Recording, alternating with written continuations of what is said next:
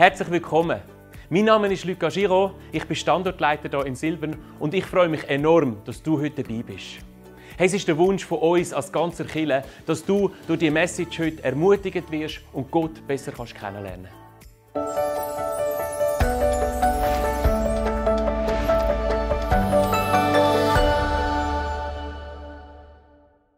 Hey, so schön mit euch da zu sein. Wer von euch will gleich heiraten? Ist irgendjemand da, der so das Heiraten langsam plant? Ich habe dir den ultimativen Test, wie du herausfinden kannst, ob du bereit bist zum Heiraten. Kauf einen Ikea-Schrank und bau miteinander den Ikea-Schrank auf. Und wenn du es schaffst, den Ikea-Schrank aufzubauen, ohne dass du krachst miteinander, dann bist du ready zum Heiraten. Jetzt überlegen sich wahrscheinlich ein paar, die geheiratet haben, oh, ich bin in dem Fall nicht ready gewesen. Whatever. Wo Judith und ich recht frisch geheiratet waren, haben wir eben auch so einen Ikea-Schrank aufgebaut. Wir haben gefunden, bei mir im Büro bräuchte es noch so einen Ikea-Schrank. Wir sind in die Ikea gefahren und so die 30 Karton, die du bekommst, für so einen Schrank aufgeschleicht. Oder? Und es ist immer so, das Zimmer ist immer zu klein für all die Karton. Alles auspackt, dann zusammenschrauben und irgendwie die Anleitung war irgendwie zuunterst unten unter all diesen Karton gewesen. Und ich fand, come on, hey, also einen Ikea-Schrank kann ich noch ohne Anleitung zusammenschrauben, oder? Und ich habe das auch gemacht und Judith hat gesagt, komm, hey, nein, nimm dich gescheiter die Anleitung. Nein, dann ist recht, oder? Erst recht ohne Anleitung. Auf jeden Fall haben wir den fast fertig gehabt. Das Einzige, was noch gefehlt hat, ist so also die Rückwand und dann machst du noch vorne, glaube ich, die Türen drauf. Auf jeden Fall habe ich dann gefunden, gut, die Rückwand ist natürlich auch irgendwo zu unterst. Ich habe die ganz clevere Idee. Wir stellen das Ding auf und wenn er dann steht, tun wir die Rückwand noch rein. Was ich nachher herausgefunden habe, die Rückwand ist das, was das Ganze stabilisiert. Darum steht in der Anleitung rein, du musst unbedingt die Rückwand rein tun und anmachen, bevor du das Ding aufbaust. Der Schrank steht jetzt heute bei uns im Gartenräumchen, so beim Haus jetzt, weil wir haben ihn aufgestellt und dann gemacht und es war kaputt. Teurer Schrank gewesen, und dann habe ich noch einen neuen gebraucht und eben, er steht jetzt bei uns im Gartenräumchen rein. Was ich daraus gelernt habe, ganz viele Sachen im Leben gehen besser, wenn du eine Anleitung hast. Wenn du Referenzpunkte hast. Und wir sind in unserer Serie über die Bibel, das beste Buch der Welt. Und die Bibel möchte für unser Leben auch so ein Buch sein oder ein Reden Gottes sein, das uns so Referenzpunkte gibt im Leben. Anleitung finde ich ein bisschen ein banales Wort, weil Anleitung ist so, hey, nimm die Schraube A und tu sie beim Brett C ins Loch B rein. Da kommst du ja nicht raus und dann die komischen Zeichen und so. Die Bibel ist nicht so, sondern was die Bibel möchte machen, Gott möchte uns durch die Bibel helfen auf unserem Lebensweg. Das ist auch schön beschrieben in einem Vers, im Psalm 119, Vers 105. Da heißt es, dein Wort ist eine Leuchte für meinen Fuß und ein Licht auf meinem Weg. Ich finde das eine schöne Beschreibung von dem, was die Bibel möchte machen in unserem Leben. Als ich das gelesen habe, so in der Vorbereitung, da ist mir unser Hühnerstall in den Sinn gekommen. Weil, wissen vielleicht die einen oder anderen, wir haben Hühner und die sind so im Garten unten. Und gerade im Winter muss man am Abend schauen, ob die Hühner auch wirklich drin sind. Weil sonst hat der Fuchs nachher einen Snack und ich eine traurige Frau und ich will keine traurige Frau. Darum muss ich manchmal auch am Abend noch schauen, ob wirklich zu ist und alle Hühner zählen. Und dann fragt sie mich, wie viele sind drin gewesen? Und dann sind jedes Mal gleich viele, sind drin gewesen, und muss ich sagen, sind das gewesen. Und dann habe ich im letzten Sommer gefunden, sagen, hey, das ist ja so ein Zeichen, im Winter habe ich dort runtergehen bei dieser Dunkelheit, ich montiere Licht. Ich bin im Baumarkt gegangen und habe mal die 2 stärksten LED-Strahler, die man kaufen konnte, gekauft. Und habe die einen Hühnerstall montiert und noch außerhalb. Und ich habe versucht, ein Foto zu machen, aber es geht irgendwie nicht so gut. Das ist bei uns, wenn wir von uns in den Garten runterschauen, das sind irgendwie 20 Meter dort runter. Und das, was dort so erleuchtet ist wie ein Fußballstadion, das ist unser Hühnerstall. Die Hühner haben da so einen kurzen Flash, wenn man das Licht einschaltet. Was ich vergessen habe, ich muss ja auch noch irgendwie dort runterkommen. Und das Problem, das ich jetzt habe, da auf der linken Seite, ist das Wägeli dort oben. Und das erste Mal, als ich dann runtergegangen bin mit meinem Licht, wo es dunkel war am Abend, ganz stolz mit meinem Licht, bin ich die Scheissstege da abgefallen. Warum? Die Taschenlampe natürlich nicht mitgenommen. Ich habe ja Licht montiert. Und dann ist mir so bewusst geworden, wie wichtig es ist, dass man Licht hat auf seinem Weg. Und die Bibel möchte das sein für unser Leben. Sie möchte so ein Licht sein auf unserem Weg. Die Bibel wird dir nie sagen, okay, jetzt musst du ganz links und jetzt musst du rechts und dann so sieht der ganze Weg aus. Sondern was die Bibel möchte machen ist, hey, jeden Schritt, den du gehst, möchte dir Licht geben. Möchte dir zeigen, sagen, hey, schau mal, so stolper ist im Fall nicht. So kannst du deinen Lebensweg erfolgreich gehen. Weil Gott hat kein anderes Ziel in deinem Leben, als dir ein Leben zu schenken, das lebenswert ist, das gut ist und wo du einen echten Unterschied damit machen kannst. Für das müssen wir aber die Bibel auch kennen und die Bibel auch kennenlernen. Und darum das Thema heute Morgen, wie können wir denn die Bibel kennenlernen? Wie können wir die Bibel in einer Art und Weise kennenlernen, dass sie eben wirklich so ein Licht ist für unser Leben? Dass sie wirklich dir, in deinem Leben, also kann sagen, hey, es macht mir den Weg hell, dass ich eben nicht stolpere. Weil etwas ist mir in der Vorbereitung mega bewusst worden. Wir haben in der Kirche in der heutigen Zeit mega viele so Secondhand-Christen oder so Wiederkäuer-Christen. Die hören Predigten, die hören Podcasts, die hören irgendwelche YouTube-Channels und weiss nicht was alles, aber sie lesen nie selber. Und alles, was sie überkommen, alles, was sie haben in ihrem Leben, alles, was sie Reife bauen damit, ist irgendwie so indirekt. Das Problem von dem ist, ich meine, das ist ja alles gut, Podcasts hören, Predigten hören, ist alles super, aber das Problem ist, wenn wir es nicht auch direkt an die Quelle gehen, wie wollen wir denn herausfinden, ob das, was wir so in zweiter Hand überkommen, ob das wirklich passt, ob das wirklich stimmt, ob das wirklich gut ist. Die Fähigkeit zu unterscheiden fehlt dann total und es wird nie wirklich Reife in deinem und in meinem Leben entstehen, wenn wir es nicht lernen, wirklich selber in der Bibel einzutauchen. Ich möchte miteinander in Psalm 119 hineinschauen. Psalm 119 ist ganz ein faszinierender Psalm. Psalmen sind ja aufgeschriebene Gebete oder Lieder. Und der Psalm 119 ist der längste von allen. 176 Verse. Wahrscheinlich von David geschrieben, wir wissen es nicht 100%, ihr könnt aber davon ausgehen. Und der Psalm hat ein Thema: Begeisterung über die Bibel. Ich finde das krass. Weil irgendwo durch, ganz ehrlich, ich bin nicht an dem Punkt, wo man sagen, hey, wenn du mich würdest fragen, ich bringe dir 176 gute Gründe, warum ich so begeistert bin über die Bibel. Der David hat das gemacht. Was hat der David gefunden in der Bibel? Was hat er entdeckt? Wie kommt er an diesen Punkt? Ich meine, ich glaube, da lohnt es sich für uns, mal noch ein bisschen weiter nachzufolgen. Und krass ist noch beim Ganzen, er hat noch nicht mal die ganze Bibel gehabt, die wir heute haben. Er hat ja nur wirklich die Tora gehabt, der erste Teil, also die fünf Bücher Mose. Erst die hat er gehabt. Und über die war er schon so begeistert gewesen. Eigentlich sind ja Gesetzesbücher. Er war so begeistert über das, weil er gewusst hat, das verändert sein Leben. 176 Verse. Da wollen wir ein bisschen hineinschauen miteinander heute Morgen. Der Psalm 119 ist auch literarisch ein grossartiges Werk. Der besteht nämlich aus 22 Teilen, entsprechend dem hebräischen Alphabet. Für jeden Buchstaben hat es einen Abschnitt aus 8 Versen. Und in jedem Abschnitt fangen dann die Verse mit dem Buchstaben an, was dazugehört. Das heisst, die ersten 8 Verse fangen irgendwie mit A an, jetzt in unserem Alphabet, die zweiten mit B, die dritten 8 mit C. Also ganz krass und das Ganze, grossartig. Und ich möchte mit euch hineinschauen in so einen 8er Abschnitt. Wir schauen miteinander in Abschnitt M hinein. Ich möchte euch den gerne einmal so übertragen vorlesen, eben auch so mit M-Anfangsbuchstaben, wie er denkt. Das ist ein bisschen übertragen, natürlich, nachher gehen wir ein bisschen wörtlicher noch rein. Psalm 119, Vers 97, da heißt es: Maximal lieb habe ich dein Gesetz, den ganzen Tag denke ich darüber nach. Mehr als meine Feinde machen mich deine Gebote weise, denn sie sind mein ewiger Begleiter. Mehr als alle meine Lehrer bin ich einsichtig, denn ich denke unablässig über deine Ratschlüsse nach. Mehr als Alte bin ich verständig, denn ich habe deine Gebote befolgt. Meiden allen bösen Pfad lasse ich meine Füße, damit ich deinem Wort gehorsam bleibe. Missachtend verlasse ich deine Gesetze nicht, denn du warst mir ein guter Lehrer. Meinem Gaumen, wie lieblich sind ihm deine Worte, sie sind süßer als Honig. Mit deinen Geboten gewinne ich Einsicht, deshalb hasse ich alle falschen Wege. In dem Abschnitt der Abschnitt ist eben so ein Ausschnitt von dem, wo der David da beschreibt, wie er einfach das Wort Gottes liebt und wie es sein Leben grossartig verändert. Und ich wünsche mir das auch für uns, dass das Wort Gottes, die Bibel, unser Leben so grossartig verändern kann. Und ich möchte heute Morgen mit euch zusammen in diesem Abschnitt zwei grossartige Gründe anschauen, warum wir die Bibel so kennen sollten. Wie die Bibel unser Leben so verändert. Das sind so, man kann es ein bisschen unterscheiden, der erste Teil und der zweite Teil in dem Abschnitt, und wir werden die so durchgehen. Der erste Grund sind eigentlich die Verse 98 bis 100, wo es heißt: Durch deine Gebote bin ich meinen Feinden überlegen, denn sie sind mein ständiger Begleiter. Ich habe größere Erkenntnis als meine Lehrer, denn ich denke unablässig über deine Ratschlüsse nach. Ich bin klüger als die Alten, denn ich habe deine Gebote befolgt. Das gibt uns eigentlich der erste Grund, warum es sich lohnt, die Bibel so kennenzulernen, weil die Bibel uns weiser macht. Wie macht sie das? Das können wir in diesen Versen hin. Vers 98. Durch deine Gebote bin ich meinen Feinden überlegen, denn sie sind mein ständiger Begleiter. Was heißt das für uns? Wer sind unsere Feinde? Ich weiss, es gibt doch die Serie da mit dem Sheldon, der seine Feindesliste führt. Ich weiß nicht, ob du auch eine führst, ich hoffe es nicht. Wer sind unsere Feinde?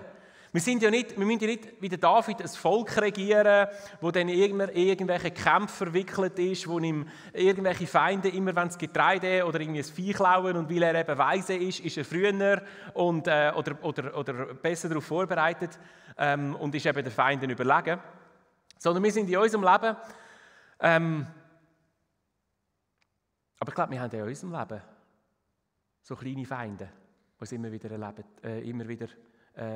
wo wir im Leben immer wieder erleben. So kleine Herausforderungen, so Sachen im Alltag, wo uns die Bibel möchte dazu helfen, eben immer wieder überlegen zu sein. So wie der David hat können sagen, hey, ich bin diesen Feinden immer wieder überlegen, dürfen wir lernen, dass die Bibel uns dazu weise macht, uns dazu hilft, in unseren Alltagsherausforderungen eben weiser zu sein und überlegen zu sein. Wir müssen ja nicht das Volk führen, aber vielleicht führst du eine Firma, vielleicht führst du eine Abteilung, vielleicht führst du einen Haushalt, vielleicht führst du eine Familie. Und da erleben wir immer wieder die Bibel, die Wahrheit, die Weisheit von der Bibel, wie es eben in den kleinen Alltagssachen, im kleinen Alltag immer wieder besser rauskommt, wie es eben die Bibel besser weiss. Ich möchte ein Beispiel geben.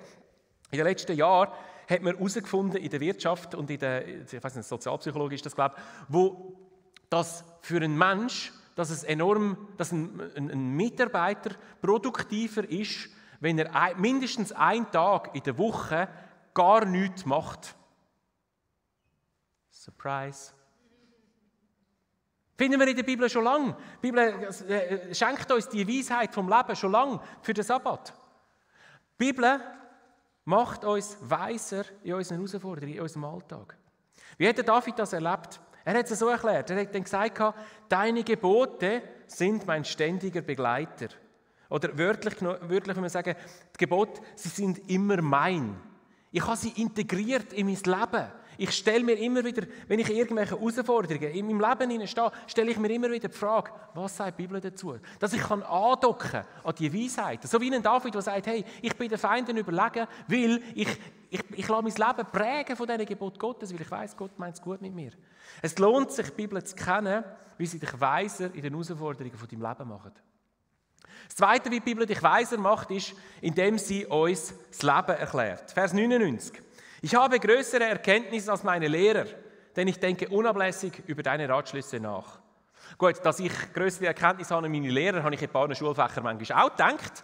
Aber das ist nicht das, was der David da meint, weil der David hat wohl die besten Lehrer der damaligen Zeit gehabt. Er war gebildet wie wahrscheinlich wenige Leute um ihn herum. Und trotzdem sagt er da in dem Vers, hey, durch die Bibel habe ich mehr gelernt in meinem Leben als durch all die Lehrer. Wir leben ja auch in einer hochgebildeten Zeit.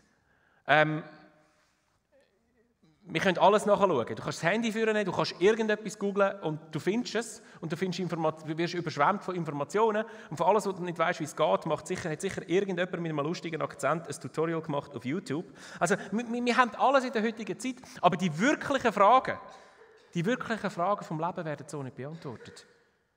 Die fundamentalen Fragen vom Leben beantwortet dir nicht Google. Woher komme ich? Wohin gehe ich? Warum bin ich? Wie funktioniert das Leben? Wie funktionieren die Menschen?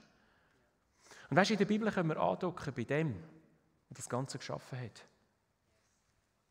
Manchmal wird die Bibel so angestellt, so in Konkurrenz gestellt mit der ganzen Naturwissenschaft. Aber die Bibel beantwortet Fragen auf einem ganz anderen Level. Die Bibel gibt andere Antworten, weil sie ganz andere Fragen stellt als die Naturwissenschaft. Sie muss sich von der Naturwissenschaft überhaupt nicht verstecken. Und Naturwissenschaft ist etwas Grossartiges. Aber die Bibel und Naturwissenschaft sind antworten nicht auf der gleichen Stufe, sondern die Bibel geht die viel tieferen Fragen an, die eine Naturwissenschaft gar nicht kann angehen. Im Psalm 119, also im gleichen Psalm, im Vers 89, beschreibt es David so, er sagt, hey, das Wort Gottes ist im Himmel gegründet, sagt er. Das grosse Thema der Bibel sind auch nicht einfach die einfachen Fragen vom Leben, sondern das grosse Thema der Bibel. Und auf das zielt eigentlich die ganze Bibel hin. Sie fängt an bei der Schöpfung und zeigt auf, wie der Mensch sich abgewendet hat von Gott nach der Schöpfung. Und die Bibel zeigt nachher mit der ganzen Geschichte vom Volk Israel auf, wie barmherzig und wie geduldig und wie liebevoll Gott ist, dass er nämlich sein Volk immer wieder zurückziehen will. und wie stur und wie stolz und wie egoistisch wir Menschen sind, dass wir immer das Gefühl haben, wir können selber und können unser eigenes Programm durchziehen. Und dann zeigt uns die Bibel eigentlich durch das auf, dass wir eine Lösung brauchen, dass der Mensch eine Lösung braucht, dass uns Gott die aber durch Jesus Christus möchte schenken. Und die ganze Bibel, das ist eigentlich die ganze Story der Bibel, die auf Jesus hinzielt, auf die eine gute Botschaft. Das heisst, das Evangelium, gute Botschaft, nämlich das, dass wir vor Gott, dass wir nichts tun können, um vor Gott besser dazustehen und dass Jesus alles da hat, dass wir vor Gott perfekt dastehen können. Und dass wir das Geschenk annehmen können, nämlich Vergebung. Und dass wir eine Zukunft haben bei Gott. Und die ganze Bibel dreht sich eigentlich um diese Botschaft und erklärt uns mit dem das Leben. Durch die Bibel lernen wir das Leben und den Menschen auf einer ganz anderen Ebene verstehen. Durch das Reden Gottes in der Bibel finden wir Antworten auf die wirklich ganz zentralen Fragen. Wie macht der David das? Er sagt dann etwas Interessantes. Er sagt, ich denke unablässig über deine Ratschlüsse nach. Der David sagt, hey, ich will verstehen, ich will lernen. Und ich weiss, ich suche in der Bibel am richtigen Ort. Und wenn ich dort suche, werde ich finden. Das Dritte, wie die Bibel uns weiser macht, und wir in dem Abschnitt, den ihr seht, im Vers 100 heißt es, ich bin klüger als die Alten, denn ich habe deine Gebote befolgt. Die Bibel macht uns weiser, indem sie uns in unserer praktischen Lebensführung hilft. Was die Bibel da anspricht, oder was der David da anspricht, ist Lebenserfahrung. Kennt ihr vielleicht die Werbung von so einem eher älteren Herr, der dann gefragt wird von seinem Sohn, wenn du dein Leben nochmal leben würdest, würdest du nochmal alles gleich machen? Und er als tiefgründiger Mensch sagt dann, nein, ich würde meine Brille schon früher bei Filmen kaufen. Ich weiß nicht, ob das wirklich echte Lebenserfahrung ist, aber Leben bedeutet, Erfahrungen zu sammeln. Leben bedeutet schlussendlich lernen und mit den Erfahrungen werden wir über die Jahre hoffentlich weiser. Man lernt aus Fehlern, man lernt aus Erfolg. Wenn man älter ist, muss man sich vielleicht nicht mehr so fest beweisen, wird durch das sanfter, liebevoller. Und die Bibel zeigt uns an vielen Stellen auf, den Wert dieser Lebenserfahrung. Das Problem ist aber, dass es recht lang dauert, bis wir Lebenserfahrung haben. Es dauert lang, bis wir gelernt haben. Und es wäre doch toll, man hätte viel von dem, was man vielleicht durchs Leben lernen kann und durchs Leben Erfahrungen sammeln kann, wüssten wir schon früher. Weil der Weg zur Erfahrung ist oft auch davon gepflastert, von Fehlern und von Schmerz. Und jetzt sagt der David da, dass die Bibel genau das in unserem Leben möchte bewirken. Dass wir eigentlich, wenn wir eintauchen, das Wort Gottes, etwas andocken an dieser Erfahrung, die Gott uns eben geben will. Und dann nachher kann sagen, ich bin weiser als meine Lehrer. Ich bin klüger als die Alten, denn ich habe deine Gebote befolgt. Also nachher muss ich bin weiser als die schon jahrelang Lebenserfahrung sammeln können, weil ich habe das Wort Gottes. Wie macht der David das da? Er sagt, ich habe deine Gebote befolgt. Ich mache es so, wie mir die Bibel sagt, ich soll es machen. Das fängt bei den ganz einfachen Themen im Leben an, wie mit dem Umgang mit Geld. Keine Schulden machen, sagt die Bibel an einer Stelle. Grosszügigkeit leben. Es geht über andere Themen im Umgang in der Familie, in Beziehungen und das ganz persönliche Verhalten. Und das fordert uns heraus, der Bibel zu vertrauen. Weil die Resultate von diesem Verhalten, die sehen wir erst später. Zuerst kommt das Verhalten, dann kommen die Resultate. Und wir können halt gerne sehen, zuerst das Resultat und sind dann bereit, unser Verhalten anzupassen. Das heisst, wir müssen der Bibel da vertrauen. Gleichzeitig ist es aber etwas mega Schönes.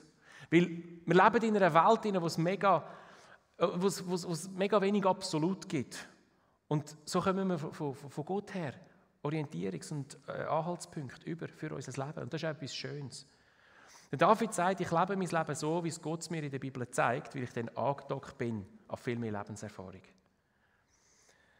Das sind eigentlich die Gründe, wie die Bibel uns aufzeigt, wie die Bibel uns weiser macht. Der Abschnitt, der M-Abschnitt im Psalm 119, der gibt uns aber noch einen zweiten Teil und einen zweiten Grund, warum wir die Bibel in unserem Leben kennen und ihr vertrauen können. Nämlich der, dass die Bibel uns vor Fehlern bewahrt. Lesen wir weiter ab dem Vers 101. Da heißt es, ich habe mich geweigert, böse Wege zu gehen, damit ich deinem Wort gehorsam bleibe. Ich habe deine Gesetze nicht aufgegeben, denn du warst mir ein guter Lehrer. Wie süß schmecken mir deine Worte. Sie sind süßer als Honig. Deine Gebote machen mich einsichtig, deshalb hasse ich falsche Wege. Der David beschreibt auch da eigentlich zwei Wege, in dem Block beschreibt er zwei Wege, wie die Bibel, das Reden Gottes, ihn davon abhaltet oder vor Fehlern bewahrt. Das Erste ist, es zeigt ihm, dass die Bibel ihm falsche Wege aufzeigt. Vers 101, ich habe mich geweigert, böse Wege zu gehen, damit ich deinem Wort gehorsam bleibe. Und dann Vers 104, da muss man es jetzt so ein bisschen zusammennehmen.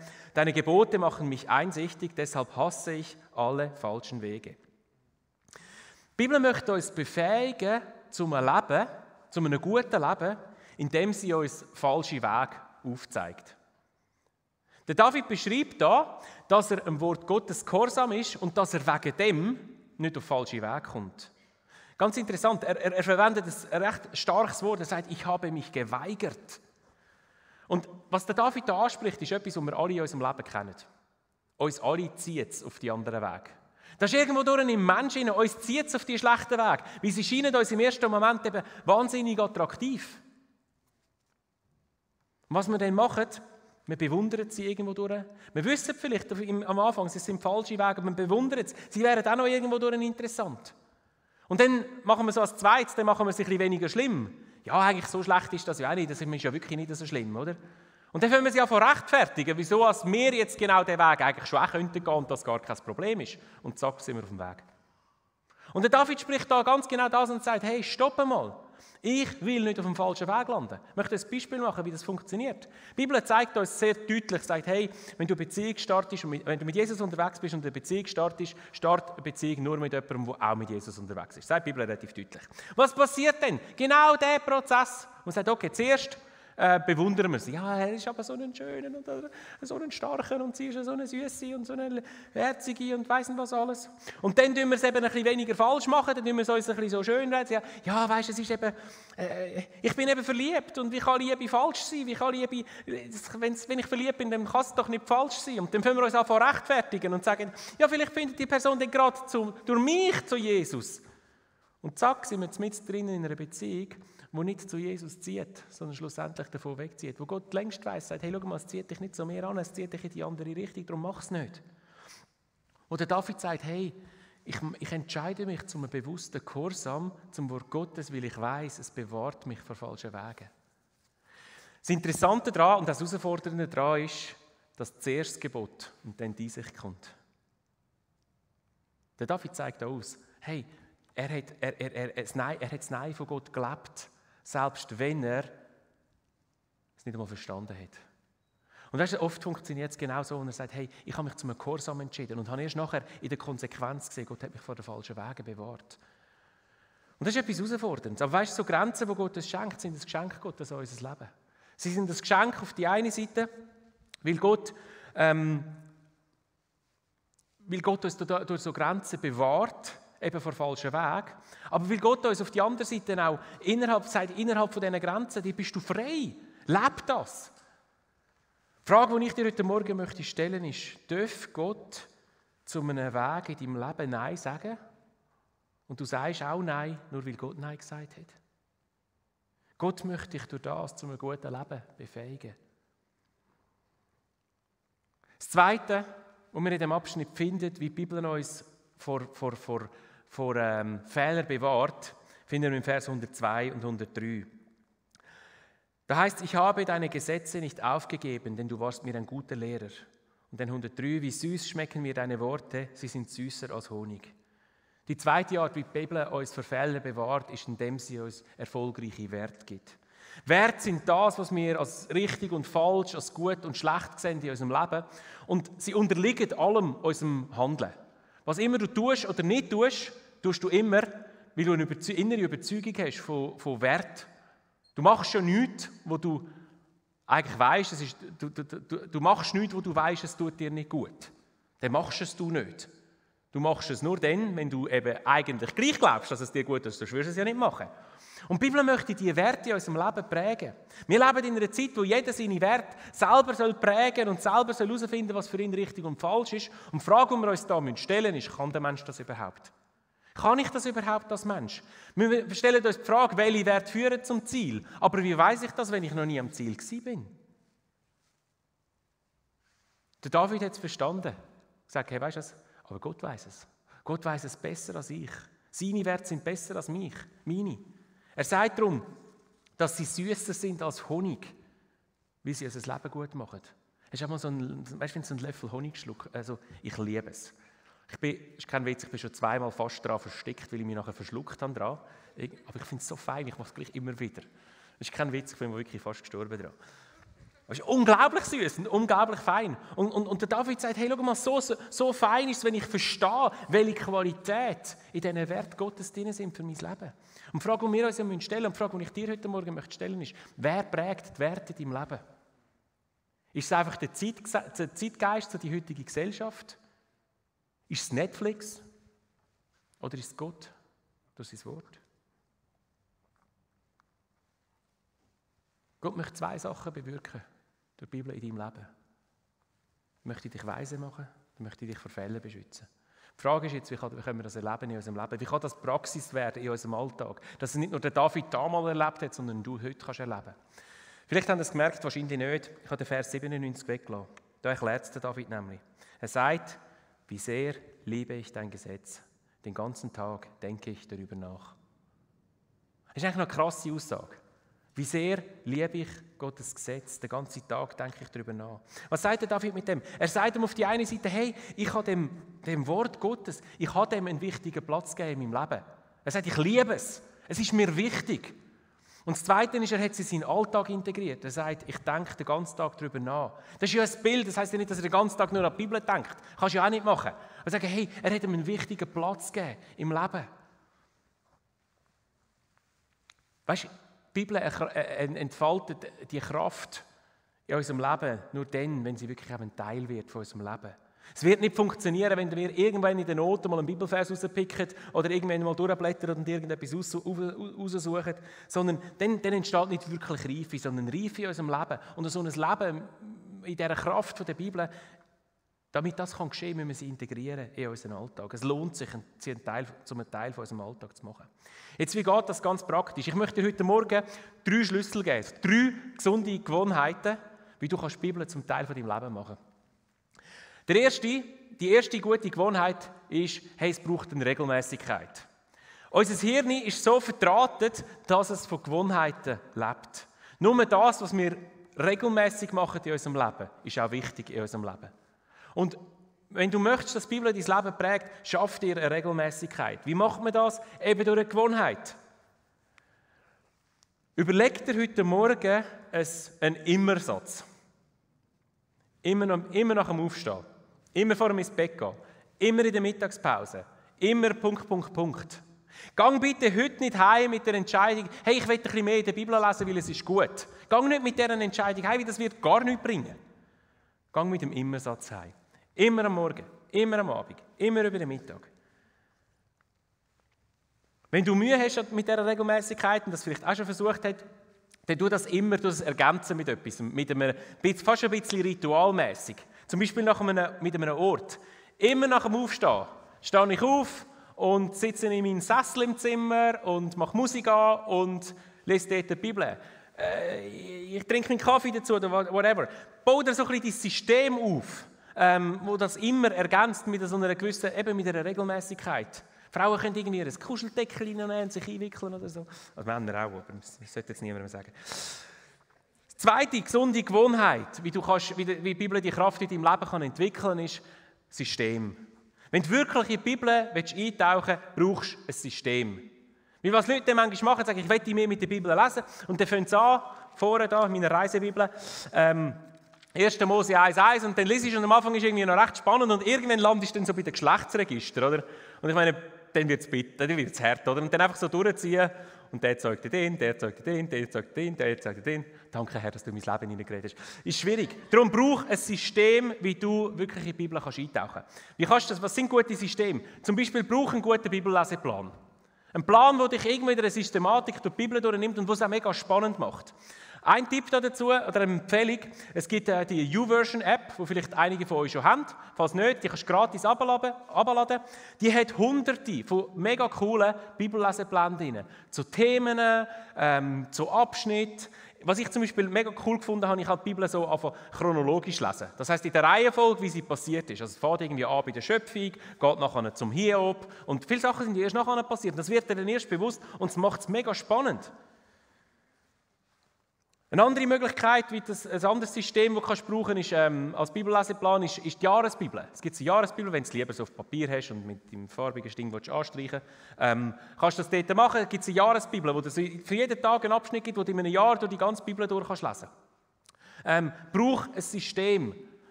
Und die dritte gute Gewohnheit, wie du kannst eintauchen in die Bibel, ist, find deinen Stil. Zuerst einmal find deine Übersetzung. Ich bin manchmal schockiert, in welchem alten Deutsch Leute die Bibel lesen und bin nachher nicht verwundert, wenn sie gar nicht verstehen, was sie lesen. Darum brauche eine Übersetzung, die dir gefällt, die dir hilft. Gerade wenn du vielleicht frisch mit Jesus unterwegs bist oder noch nicht so viel in der Bibel liest, nimm bitte eine einfache Übersetzung. Hoffnung für alle oder neue Genfer Übersetzung oder neues Leben Bibel oder so irgendetwas, wo das nicht so schwierig macht, sondern wo das einfach macht. Find deine Form. Ich habe irgendwann mal herausgefunden, dass ich ein Chaot bin und dass ich meine Bibel immer dort habe, wo ich nicht bin. Aber, was ich immer dabei habe, ist mein Handy oder mein iPad. Und das Zeug kann synchronisieren. Das heisst, ich habe angefangen, meine Bibel in der App zu lesen. Sowieso viel cool. Dann kann ich im Handy anstreichen und ist im iPad auch angestrichen. Das ist mega cool. Find deine Form. Vielleicht bist du voll anders und brauchst die. Judith hat das ganz anders. Sie hat so eine kleine Bibel irgendwie und etwa 1000 Post-it-Zettel und Dings drin. Das ist ihre Form. Whatever. Find deine Form. Wie du sagst, hey, da fühle ich mich wohl. Das ist meine Bibel. Das ist meine Art und Weise. Vielleicht willst du irgendeine grosse Studienbibel, sind die einen unterwegs, die anderen mit kleinen Hosensackbibeln. Whatever, find deine Form. Vielleicht bist du da und sagst, ja, lesen ist wirklich nicht so mein Ding. Vielleicht kannst du auch nicht wirklich lesen, ich weiß es nicht. Hey, es gibt auch ganz viele Möglichkeiten, zum Beispiel Hörbibeln. Da in der Bible-App kannst du die Bibel auch hören. Etwas anderes ganz Cooles ist die Bible-Tunes-App. Das ist auch eine App, die ist auch gratis. Dort kannst du so kleine Abschnitte aus der Bibel hören und dann irgendwo so einen kurzen Gedankenanstoß, Input dazu, etwas mega Cooles. Etwas anderes mega Gutes, wenn du nicht so gerne liest, Bible Project, das findest du auf YouTube, das sind ganz viele kleine Videos zu Themen oder zu Büchern aus der Bibel, so comicmäßig recht gut erklärt. Find deinen Stil. Weißt du, die Bibel ist ein Geschenk Gottes an dein und an mein Leben. Und ich wünsche mir, dass wir eine Kirche sind, auch gerade hier im 11.15 Gottesdienst, dass wir eine junge Generation sind, die eintauchen, die Reife entwickelt, die Fundament entwickelt, wo Männer und Frauen sind, die nicht einfach irgendwie nur von der Erfahrung Gottes leben, sondern Männer und Frauen sind, die das Fundament haben in ihrem Leben. Und das entdecken wir durch die Bibel. Und die Bibel ist so ein riesiges Geschenk an dein und an mein Leben und es ist so schade, wenn wir es verpassen. Mein Gebet für den heutigen Tag ist, dass wir eine neue, eine tiefere Liebe zu der Bibel bekommen. Dass wir tief verankert werden. Ich habe es am Anfang schon gesagt, also der Eindruck, den ich habe, dass so viele da sind, die kennen die Bibel nur vom Hören sagen. Das darfst du eindecken, das darfst du entdecken, wie Gottes Wort süßer als Honig ist für dein Leben. Ich möchte so 3 Schritte mitgeben, oder 3 Fragen mitgeben, ganz praktische, die du dann kannst beantworten kannst. Die erste Frage ist die Frage nach der Regelmäßigkeit und meine Frage ist, wann. Die zweite Frage ist nach dem System, welches. Und der Stil. Die dritte Frage ist der Stil, wie. Ich würde gerne, dass wir schnell 1-2 Minuten Zeit nehmen und mach dir doch mal schnell Gedanken zu diesen Fragen. Mach es ganz praktisch für dein Leben. Und vielleicht kannst du sagen, hey, so cool, habe ich alles im Griff, ich bin fleissiger, täglicher, studierender Bibelleser. Lass den Heiligen Geist zu dir reden in dieser Zeit, wie kannst du tiefer gehen. Vielleicht bist du aber noch da und ich glaube, es sind einige, die sagen, hey, es ist irgendwo durch ein umkämpftes Neuland für mich. Beantworte die Fragen und mach sie ganz praktisch in deinem Leben. Mach es nicht schwierig, aber fang an.